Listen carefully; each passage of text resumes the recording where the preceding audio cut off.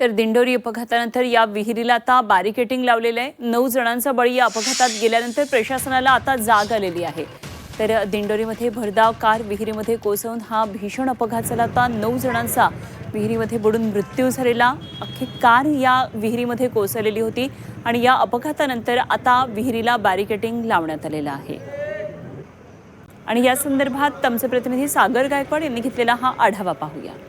ही जी car आहे ही थेट या विहिरीमध्ये पडली आणि या विहिरीत पाणी आहे आणि या सगळ्यांमध्ये पाणी जाऊन या गाडीत पाणी गेलं आणि यात बसलेले जे 9 जण होते ते सगळेच मृत्युमुखी पडलेले आहेत। मात्र सकाळी आपण पाहिलेलं होतं या ठिकाणी कुठल्याही प्रकारचं बॅरिकेड लावलेलं नव्हतं। मात्र प्रशासनाला 9 जणांचा मृत्यू झाल्यानंतर जाग आलेली आहे आणि या ठिकाणी बघितलं तर आता बॅरिकेड केल्याचं आपल्याला पाहायला मिळतंय। आता बॅरिकेडचं काम सध्या इथे करताना पाहायला मिळत आहेत। अनेक प्रशासकीय कर्मचारी जे आहेत ते इथे दाखल होताना आपण पाहायला मिळत आहेत। खरं तर काल रात्री 10 वाजेच्या सुमारास हा अपघात झाला आणि ह्या अपघातामध्ये 9 जणांचा बळी गेलाय आणि 9 जणांचा बळी गेल्यानंतर ह्या परिसरामध्ये आता संपूर्ण बॅरिकेड करण्यात आलेला आहे। मात्र ज्या पद्धतीने ठोस उपाययोजना करायला पाहिजे होत्या त्यापासून कुठल्याही प्रकारच्या केलेल्या नाही आहे।